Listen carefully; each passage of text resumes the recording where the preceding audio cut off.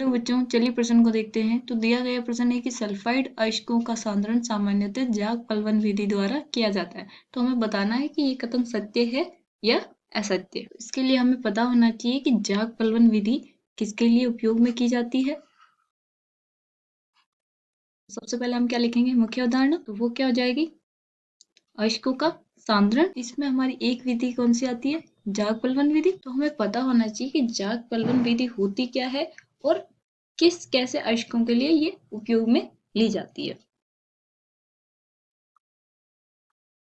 चलिए क्वेश्चन, तो हमें कथन क्या दे रखा है कि जो सल्फाइड अयस्क है उनका सांद्रण हम जाग पलवन विधि से द्वारा करते हैं। तो हमें ये बताना सत्य है या असत्य। तो हमें पता है कि जाग पलवन विधि किसके लिए उपयोग में ली जाती है। ये विधि कणों तथा गेंद कणों के तेल व पानी में आर्द्र होने की अलग अलग क्षमता पर आधारित है। ठीक है, और ये किसके लिए की जाती है, सल्फाइड अयस्कों का सांद्रण इसी विधि के द्वारा किया जाता है। और जो हमारे अयस्कों का सांद्रण में तीन विधियां होती है, कौन कौन सी, गुरुत्वीय पृथक्करण, दूसरी चुंबकीय पृथक्करण, तीसरी जाग पलवन। तो गुरुत्वीय किसके आधार पर होता है, कि घनत्व के आधार पर, कि अयस्क में गेंद और जो हमारे धातु है उनके घनत्व में कुछ अंतर है, तो हम उसको गुरुत्वीय पृथक्करण से कर लेते हैं।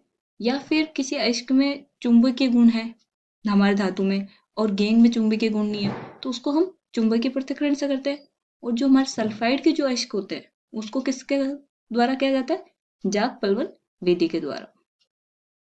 तो जो हमारा दिया गया कथन है वो क्या है, सत्य है। जाग पलवन विधि द्वारा सल्फाइड अयस्कों का सांद्रण किया जाता है।